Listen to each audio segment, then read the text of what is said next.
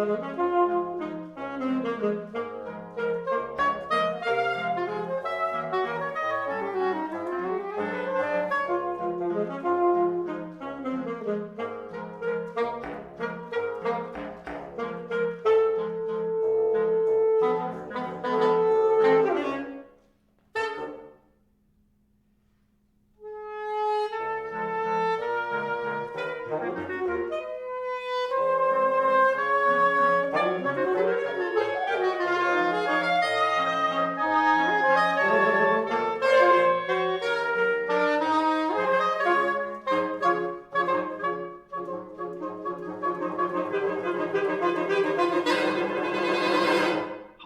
and welcome to the Theorist Composer Collaboration, a podcast interview series highlighting modern composers and their compositions, hosted by music theorists. My name is Aaron DiZarilla, and I'm a graduate music theory student at Florida State University, and I will be your host for today. The music that you were just listening to is an excerpt from Reed Quintet No. 1 by the composer Will Davenport, who is the featured guest on this week's episode alongside his music. That leads me to welcome Will Davenport himself to the program. How are you? I'm doing pretty good. How are you doing? I'm doing great. I'm happy for you to be here. To get started, why don't you introduce yourself to the listeners, your background, personally, professionally, academically, whatever you choose. Yeah, so let's see. I started music pretty young. My parents weren't really musical, but I was always just kind of obsessed with marching bands as a kid, and so got into playing trumpets. Eventually started writing music in high school, and my band director at the time really helped me kind of push myself and start writing music. Then after high school, I went on to Ohio University, studied with Dr. Robert W. McClure, and then now I'm at Florida State University. Is it the Ohio State University? Or is it the other Ohio State University? I think it's the Ohio State University. I still get confused because I think both want to be the Ohio State University, so they just say they are, but the green one in beautiful Athens, Ohio. Yeah. Okay.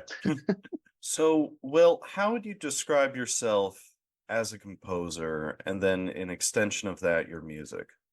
Yeah, so I think overall I have a pretty eclectic, random taste of music, and I think that kind of shows up in my writing from time to time. My music focuses on kind of older styles, mixing them in with newer techniques. Yeah.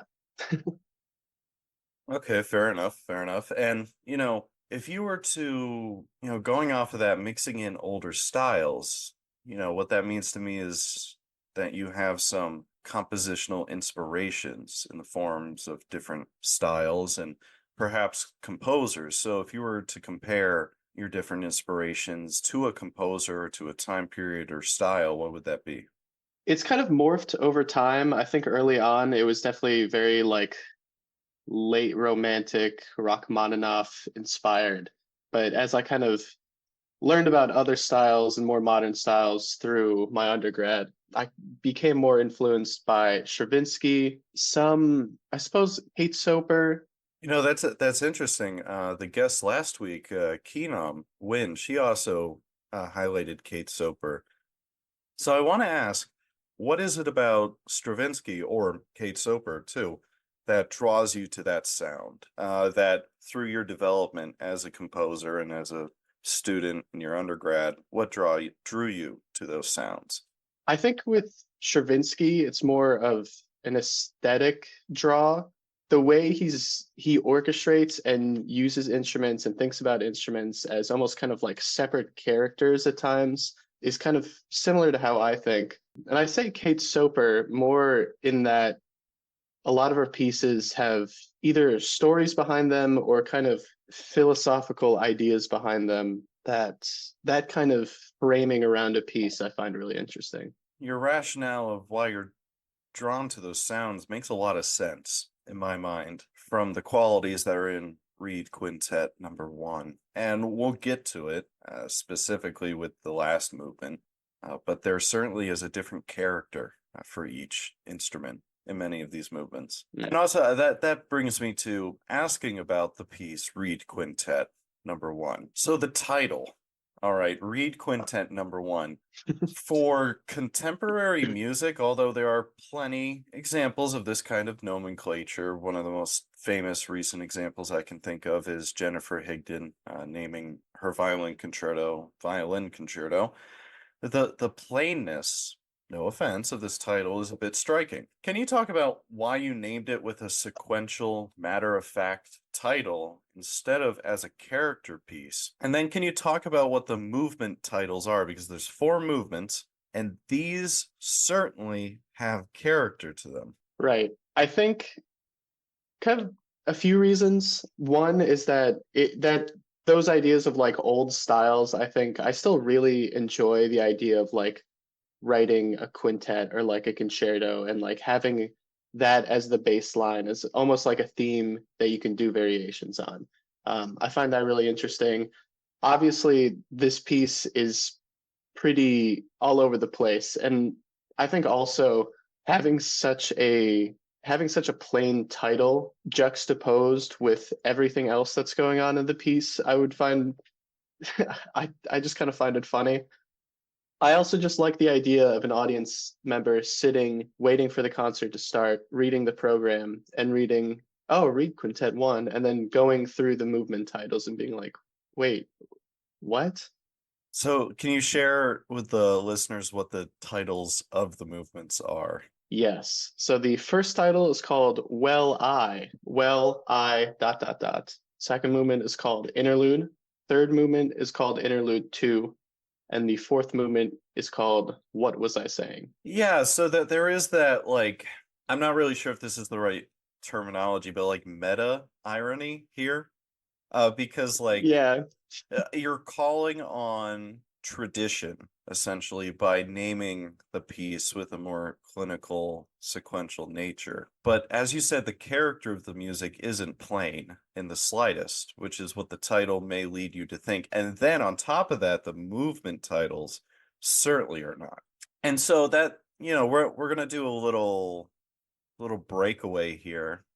What are your thoughts on modern compositional naming practices, naming of pieces? Because in my perspective, it seems like at a certain point, sometimes the rationale behind titling a piece can be almost out of advertising or attention grabbing, which I'm not saying that's not a valid way of naming a piece, but it also seems in reaction to hundreds of years of naming pieces. But what are your thoughts on the modern compositional practices of nomenclature and all that when it comes to piece titles? yeah. It's interesting that you brought up advertising because I think modern day we don't have kind of kings and rulers like hiring music masters to like run their estate. And so we're like composers are really just freelance contractors basically that is selling a product. A general music contractor. Yeah. It's a little grim, but it's unless you have like kind of a steady commission, most composers aren't going to be having kind of a steady way of getting pieces out there. And so a lot of the way composers get pieces performed is submit to competitions and submit to places and stuff like that. And having a catchy title can at least get your foot in the door and make them pay a little more attention to it. But it's also a title is kind of the composer's only say on his piece. There are program notes sometimes in concerts, but often the audience only reads the title and then listens to the piece. And so that's kind of your only moment to set the tone. Yes, it's your only moment to set the tone. And so you have to kind of be either really succinct or really detailed with what you want. And if it's kind of a more complicated idea, you're gonna end up with a more complicated title. So I guess that's kind of why we're seeing less of like Reed Quintet #1 and more a short like little sentence or something as the title. Yeah. Quick question. At new music festivals and different gatherings like that, are program notes not always published in the program or publicly for those events? Most of the time, especially new music conventions, they do a pretty good job of providing program notes because it's usually like run by composers and they understand. But if your piece is getting performed on, I guess, a concert with like a more mixed program of like old and new, sometimes you just get the title and your name in the program. Obviously, I haven't worked with like the New York Phil or anything. So I mean, yeah, as you like get to more professional orchestras and ensembles, they'll obviously have program notes and stuff like that. But some smaller venues it takes a lot of paper to print that many notes on each piece. So That is fair. That is fair. Especially, whenever I would write program notes for pieces that I wrote in my undergrad, I would write paragraphs because it's interesting you said about the program notes and the title, especially the title, are the composer's initial mode of control of how you're supposed to perceive the piece. And I would definitely take super special care because I was always very nervous that people would misinterpret whatever I was writing, even if it was mundane. I just wanted people to know exactly what I was trying to say. Moving on to talk about Reed Quintet #1 in more detail, other than its interesting title. Now, this piece was already performed. yes, yeah, I had performed on my senior undergraduate recital. And that would have been spring of last year? Yeah, it's coming up on a year now. Yeah, Oh my gosh, it really has been. Wow. yeah. Um, okay, so the instrumentation for this piece, it's a Reed Quintet, which is oboe, B-flat clarinet, alto saxophone, bass clarinet, and bassoon. What attracted you to this instrumentation? Well, it's interesting. I try with most pieces to do something I haven't done before, and that takes many types of form. But I obviously hadn't written for Reed Quintet, and I hadn't written in depth for some of these instruments as well, like bassoon and saxophone. So I think that this ensemble kind of gave me an opportunity to get better at writing for woodwinds. It also has a lot of like very interesting timbres with the kind of classic like woodwind quintet. You have some more like rounded sounds with the flute and the horn, but a lot with all these being reed instruments, they can have very, very pointed articulation. That makes sense. And when it comes to exploring different sound and different modes of composition here, what I find interesting about your piece that you have in the program notes is that you were attempting to do different compositional techniques or styles for each movement. Can you walk through the listeners how you were thinking about each movement as a compositional practice, technique, or exploration? Yeah. So the first movement consists mainly of aleatory. And to kind of explain what that is to people who don't know, it's basically giving the performer more control than they would normally get. So in this specific instance, I'm giving them the notes, and I'm often giving them the order of the notes, but the tempo is kind of up to them. Not only as an ensemble, but individually between parts, there can be different tempos happening at the same time.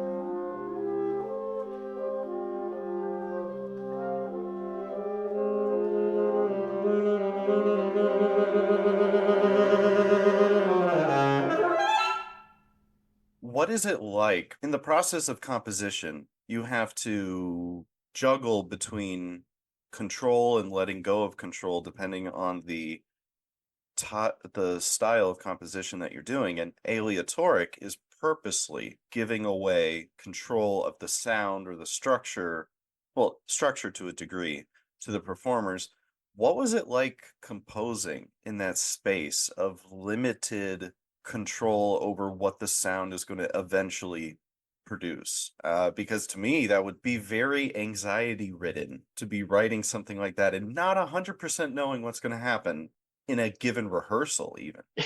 Yeah, and that's interesting because I we're rehearsing the piece right now with a different ensemble, and the two rehearsal experiences are completely different. Right now, there were way more questions on interpretation than there were in the first one. It was really interesting. In the first premiere, they kind of got it. They got exactly what I kind of imagined. But with this current ensemble, there are a lot of different interpretations. And I mean, it's completely my fault for not being clear. But at the time when you're writing it, you're more envisioning like kind of a blob of sound instead of like the structured thing, and it feels almost kind of like cheating. Like you get to write like a few measures per like or a few notes per like instrument, and then just say like 20 seconds or something, and be like, oh wow, I just wrote 20 seconds of music. Um, And get that assignment done real quick before the comp lesson. yeah. Um, but then in rehearsal, that's kind of more where the work happens because you realize like, oh, I really wasn't specific there. It's like, oh, this can be interpreted this way. So at through this most like recent performance, I've gone back and kind of put in some more details to make it more clear what I wanted. But it's a lot of trial and error figuring out like what will communicate to most people exactly what you want. Oh, most people think like aleatory is like the composer being like, as play whatever. But very often they have a very specific sound in mind that it would just be easier to give like free rhythm or something too. So, in the second rehearsal process, have you found yourself in your mind, whether purposefully or not purposely, trying to shape this other ensemble to the sound of the first recording, which is the first recording is what listeners will be hearing throughout this episode. But did you find yourself trying to shape it closer to that? Yeah, almost. I felt a little guilty at times. There were points I would give feedback or think about giving feedback and be like, oh, I just am a little upset. It doesn't sound exactly like the finished product of the first premiere. So there were times I had to be like, okay, we're in the middle of the rehearsal. It's not going to be performance ready right now. But there were also times where like I was kind of surprised that a lot of the aleatoric figures were interpreted in so many different ways. Especially a couple spots near the end of the movement that were really, really unclear. And I think I was like there at the very beginning of the first performance to kind of shape how I wanted to go. For this most recent ensemble, I came in on the second or third rehearsal, and so they already had some preconceived notions of like what these figures probably sound like, and I had to be like, I meant this here and there. So yeah. I'm not gonna lie, that sounds really stressful. Yes. And I thought this would be the easy movement.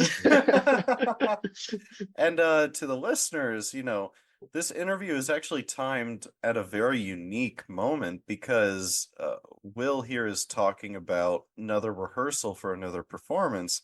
I'm actually going to attend that performance tonight. So I think it's really fun to interview you early in the day before the second premiere of your piece. So at the very end of this episode, in the bumper that I put at the end, I'm going to record a mild review, or not really a review, I'm not going to critique anybody, how the second performance was different. So, okay, I interjected to talk about aleatoric composition. But so that's the style or the mode of the first movement. Can you talk about what's up with the second movement, which is titled Interlude? Right. So the second movement uses technique called tone rows, where you basically have a set of notes that need to appear in that order, and that is kind of used as the material, and that can be like reversed and like flipped upside down and done a whole bunch of stuff too. But the most common form, I mean, the really only form is 12 tone rows, basically. And there are 12 notes in the chromatic scale, and so they're often use all 12 notes in this technique. And I wanted to try this technique because I was so averted to it. I kind of hated it, and so the best way to learn how to like something is kind of force yourself to do it. But I was kind of being a little snide, and so I did an 11 tone row. Yeah, so the decision to leave one of the notes out was out of spite. It was half out of spite. The way this movement it was a little spite, but the way this movement kind of came around is, I guess, kind of like the genesis of this movement is where I wrote the first three measures of the movement just like by ear. I think at the time I was in band and we were playing Hindemith's B flat symphony, and I was in an atonal course, and so all of that was kind of just in my ear. And so I wrote like the first three measures just kind of mimicking those styles.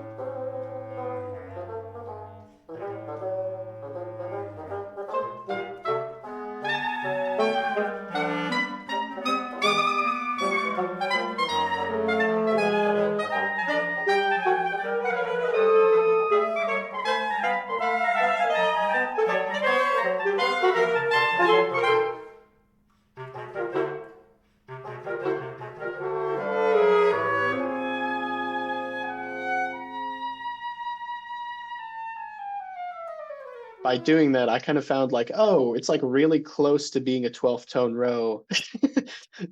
And so I ended up just kind of using that as an 11 tone row. One, because I kind of liked what I had in the beginning, and second, it's kind of funny to just have an 11 tone row. It is. I will tell you, in analysis, it's frustrating because Yes. because because usually when theorists or just anyone really is sitting down to analyze a piece that is explicitly 12 tone or in that ilk, part of the difficulty is locating all pieces of the row. And if a composer like yourself is like, oopsie, just I'm not going to use the 12th one, and then that could really send that could really send a lot of theorists out the window. I'm not gonna lie. It's part of the comedy of it too. Right, yeah. And obviously the audience isn't going to know the difference between an 11 and a 12 tone row piece. I didn't Um, when listening to it. Because I listened to it first, yeah, then I read your notes. I don't know. I throughout this piece, a lot of the compositional decisions, well, not all of them, but some of them were made because it was funny. And I appreciate that. 11, I appreciate yeah, that. 11 versus 12 tone, it's kind of arbitrary, but that having it be funny was also a little inspiring, because I wasn't like trudging through like 12 tone rows and like doing all these calculations. I was doing funny 11 tone rows. I don't know. It kept me going a little.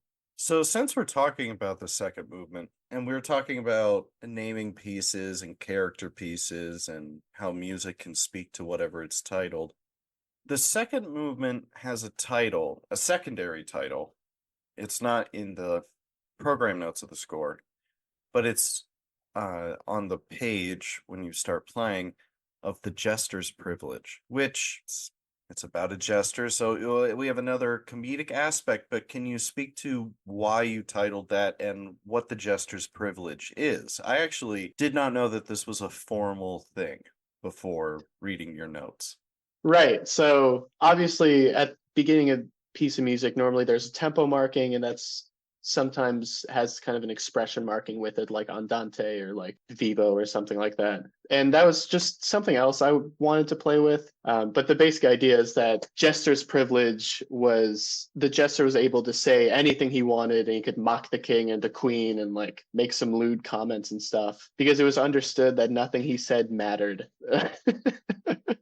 Which I think is a really funny concept, especially it was a little tongue in cheek putting that on the tone row movement.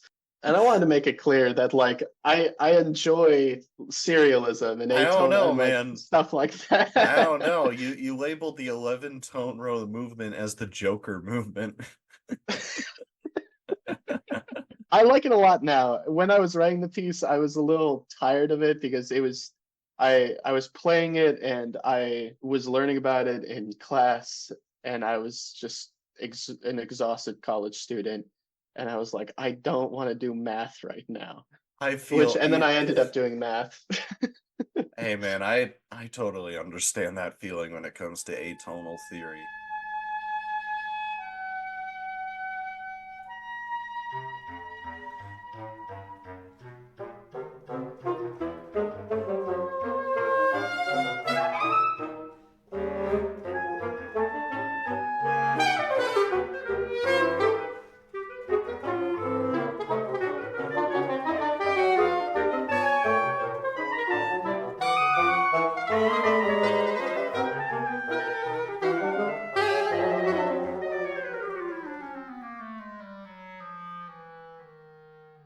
When I was listening to it, the second movement, that is, Jester's Privilege interlude, I was wondering, as I said before, that I really did not detect it as a 12 tone or a tone composed or a row composed movement. Part of that is the missing 12th note, but also I was thinking it should have sounded more atonal than it did. I mean, it's out there in terms of harmony, but it's not as disjunct as maybe you would expect if you're doing a completely tone row composed movement. And I realized looking at how you treated intervals and where you placed different things, you still have intact melodic contour and different, when I say traditional, I mean more just conventional melodic writing. You have leaps of fourths and fifths. A lot of times they're diminished fifths. You still have a conventional phrasing and things of that sort. When you're writing in that style in a row composed area, how do you rein in the dissonance, especially when you have a lot of instruments going at the same time? That can be very difficult. How do you manage all of that? Yeah, so I think part of why it sounds so melodic is that it just came from those first three measures that I wrote that just happened to be 11 tones. And so the row I got kind of was really, really cherry picked, with there's a lot of just like half steps in there. And it ends up kind of sounding like there's just a bunch of like upper and lower chromatic neighbor notes because of all the half steps in there. And so you get this like sense of like, oh, it's like kind of like it's familiar, but it's really like weird and jagged and helping with kind of the like levity. So it's not so like, I guess, so dissonant. The playing with the kind of like jaunty rhythm as well as the shorter articulations, I think that kind of helps making it easier to follow. Certainly, it certainly does. And I also find it really fascinating that you compose the majority of the movement off of the material in the first three measures, because you may have seen in the notes that I sent you before this interview, I really detected some more traditional contrapuntal writing. I could pick out some subjects, counter subjects, and definitely sequential ideas where you would have another instrument come in with that original subject or melody, and then you would have other instruments playing what you would expect in a Bach fugue, another instrument playing an accompaniment figure while the other instrument is playing that melody for the first time. Was that intentional? Because it looked incredibly intentional to me. Yeah, throughout this movement, I don't strictly stick to the tone row. There's plenty of times where I'm like, I just kind of want this here. And so I just put that there. The tone row more acted as a kind of source for material. And whenever I was like, oh, I need like the bassoon to do something here, I was able to get the tone row and come up with some interesting rhythms to put on top of it. But it made this movement was probably one of the easiest to write because of the tone row. So much of the materials is literally just the tone row that I got to focus more on rhythm, focus more on form and like kind of timbral combinations, which kind of made it real just really nice to write. Yeah, it's interesting. You wrote like a tonal composer using atonal tools, which is interesting. I like that. All right, so moving on to the third movement, and viewers or listeners, prepare yourself because I'm about to play the entirety of interlude number 2 right now. Now, Will, I can't fathom the emotional impact that those two notes had on the listeners. Why did you make a 5-second movement that is the total of 2 measures and 2 notes? And I say all of that lovingly. I no, I totally understand. I originally it's funny. It's just funny. Um I love I that. also the piece only had 3 movements, but the fourth movement was pretty long. And it seemed I don't know, 4 movements just seem right. And so I was like, "Ah, I should probably add a third movement somewhere in there. And the idea of having such a short movement, I've never seen that done before. And I think I don't know, it's just funny. I have notes in the score for the players who aren't playing to put their instrument up to their mouths, and in rehearsal I kind of encourage the performers to really act like they're preparing for a larger movement. And so they have page turns. The conductor has to flip the page on the score. They like can do a little stretching or something and like fiddle with their instrument, and then everybody gets ready to play, and then 2 notes. And then everybody puts their instruments down and then does the same thing for the next movement. So I think there's kind of like a theatrical aspect to this movement and some other spots as well. And it's also the second movement ends so hectically, and then with just a little tag at the end. And I think kind of plays with expectations of like what's going to happen next, because the fourth movement then also starts with that little like half note thing kind of left over from the second movement, which kind of morphs into the clarinet cadenza that starts off the fourth movement. Yeah, that's a really good segue into, well, first off, I think the idea of doing that really short movement just out of comedic purposes is great. I think that's really funny. Thank But you. so good segue into the fourth movement, which as you said is, I'm not going to say it's the most detailed, but it certainly is the longest and has a whole bunch of different things going on. And the clarinet cadenza.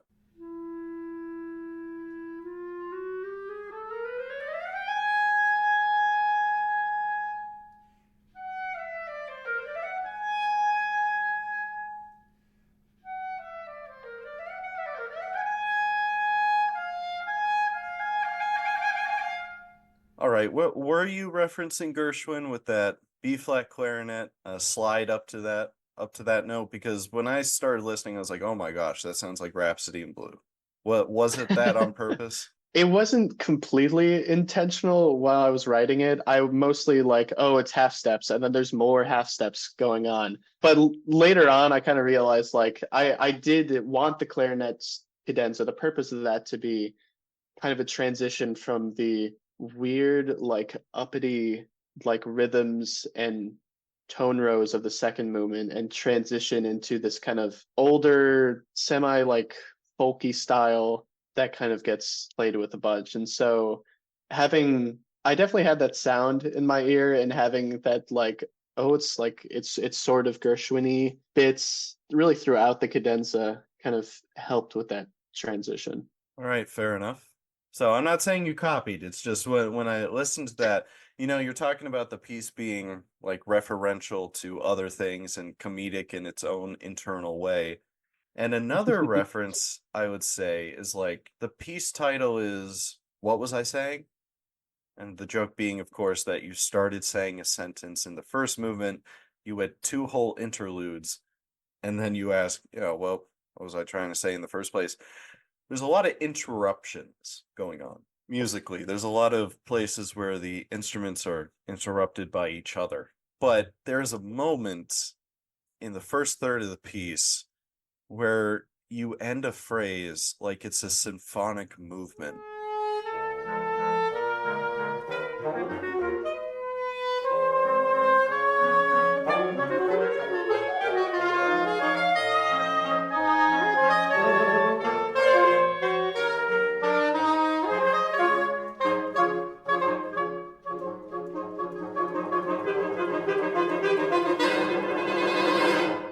And it sounded like Beethoven or Tchaikovsky just for a second.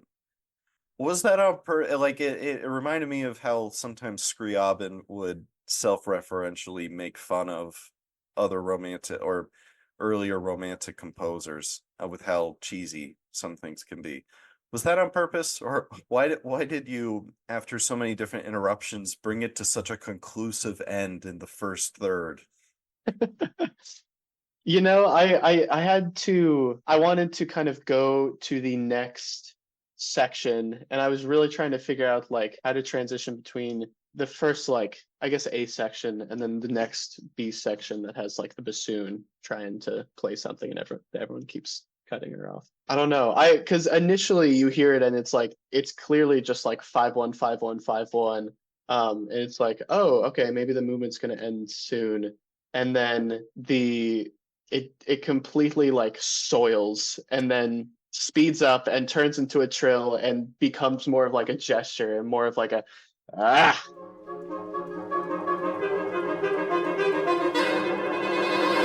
It was at that moment, especially after the Gershwin thing, the name of the piece, the name of the movements, the gestures thing, and then and then the kind of the Gershwin-esque clarinet bit, and then that little rush to a cadence and then moving on. I was like, okay, he's really messing with us right now. Yeah, I'm glad it comes across. At that moment, I stopped thinking that it was like comedic subtext and realizing no, that's why that's there. Is that it's funny. It's fun, not just funny. Yeah, yeah. And the goal is not only to just make like funny music. I also want the performers to enjoy playing the music. And I think working with the previous ensemble and this ensemble, it's like they know like what's going on, and I think they have fun doing it. So that's also a part of it. I'm sure they had fun with that. I'm sure they did. And speaking of self-referential nature, again, I'm not accusing of copying or even in a John Williams style of copying, but you had to have known what you were doing by putting the bassoon in that register, holding a note in that way.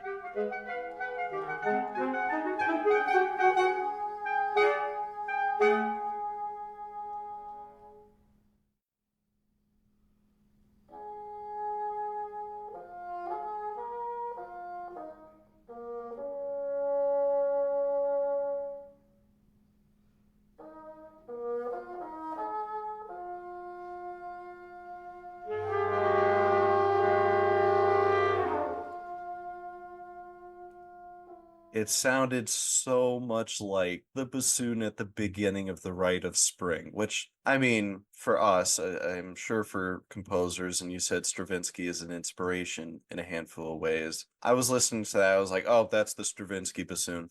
Like, not to give him complete ownership over that range of an entire instrument, but especially because the bassoon call also like shapes up the texture a bit of when the other instruments start to go a little bit crazy. It like is like yelling at them or like reminding them to like get in line and stop having such a disjunct texture. Was that reference on purpose? Yeah, I mostly wanted that timbre, but obviously, like, Stravinsky is the one who was willing to do that to the first bassoonist that had to read that music and figure it out. But because of that, bassoonists can play up there. I mean, not with no problem. It's still like hard. It's way more common, and most bassoonists like learn that solo and are able to play up there. And it has such a funny, squeaky timbre.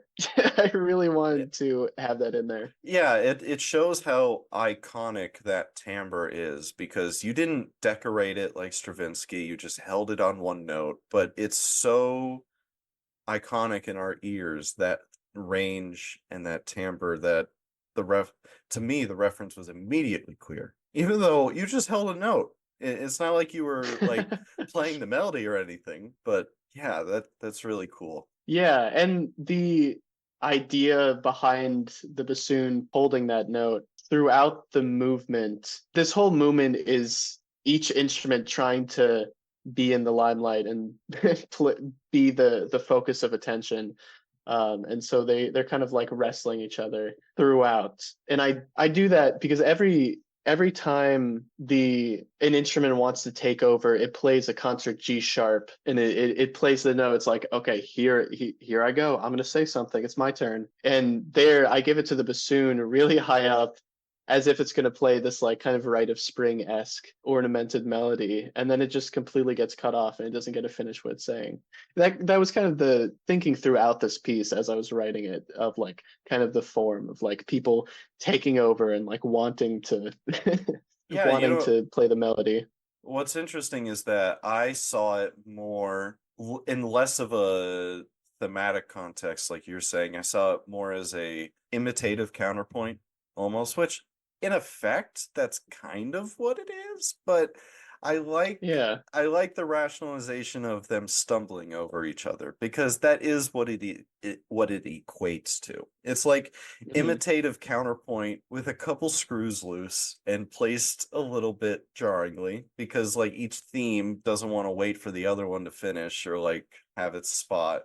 So that's really cool. So for time's sake, we're going to move on to our last little portion, which is, Will, what does composition mean to you as an individual, academic, if you view yourself as that, a lifelong composer? What does music composition mean to you? To me, it's really just a form of language and expressing ideas that don't really work in others, like English. I don't know. It's a mode of communication to me. I think to a lot of people that you're able to convey really, really interesting ideas that it's kind of clumsy to try and explain in speech. A lot of people also say that like composition is just theory in practice. I think that's really important to kind of think about. I would I would agree with that. That can get a little hairy depending on the analysis that you're looking at, but I would say in general that that's true because for there to be analysis, there needs to be the art needs to exist, and therefore composers need to create it. So, Mhm. in a way, that is true. Now, on the subject of music theory and composition, how do you see the state of the intersection of music theory and composition? And I'm asking, how do you see it now? How do you think it should be? Or are we doing okay? I think overall, I mean, it's obviously gotten better as like those two fields have become like their own careers. So you can make a living off of being a music theorist and studying music. And I think that's really important for the art form as a whole. So we're doing pretty good, but I would in the future like to see kind of less of a split between music theory and composition because it's really two sides of the same coin. And I mean I personally should be I should get better at kind of analyzing different pieces because it would make me a better composer. And I think that works the other way, that theorists should start writing music as well to kind of put those theories into practice. And I mean, the second movement of my Reed Quintet's a pretty good example of that because I did not understand 12th tone. I couldn't listen to it. But through writing it and through working with those ideas, I appreciate it way, way more. And it's way easier to listen to now that you know, like, oh, I he's doing this here because I did that in a piece of my own. And so I don't know, these two things are really just like two sides of the same coin. And I think sometimes people can kind of forget that. Yeah, I don't know. This is good. We should like theorists and composers should talk more often because you and I have had like conversations about my music and about music of the past and more modern music, and I mean, it's influenced my composition, and I'm sure like it's influenced your thoughts on music theory and composition and all that. Oh, it certainly has, and I agree with you on what you said about the two sides of the same coin and so on. That's why we're here. And also, yes, Yeah. for the listeners, go back and look at the most recent blog post from the end of last week because I detail in there how a conversation I had with Will a couple months ago is actually what started sparking or created some of the thoughts that I had that led to the creation of the TCC. So I tell that story in that blog post. So go back and look at that if you want to see that. So, Will, what would be the best way for people to contact you with any questions, inquiries, and other things? Yeah. So if you have any questions, if you are interested in my music, you just want to talk, really, I mean, preferably about music, but I don't know. I got time.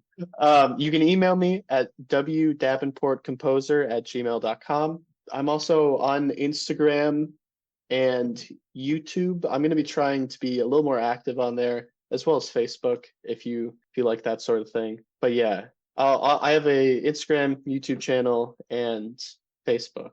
Yes, and we'll have all of your relevant information in the episode description as well as your contributor page on our website. Thank you, Will, very much for joining the Theorist Composer collaboration for this interview and to share your music, which was again Reed Quintet #1. And I really look forward to seeing the second performance of it tonight. And I'm going to add a little bit at the end of this podcast describing what it was like, the performance of it. So thank you for joining. Thank you for being on here. Yeah. Thank you for having me. It was great talking to you. Likewise.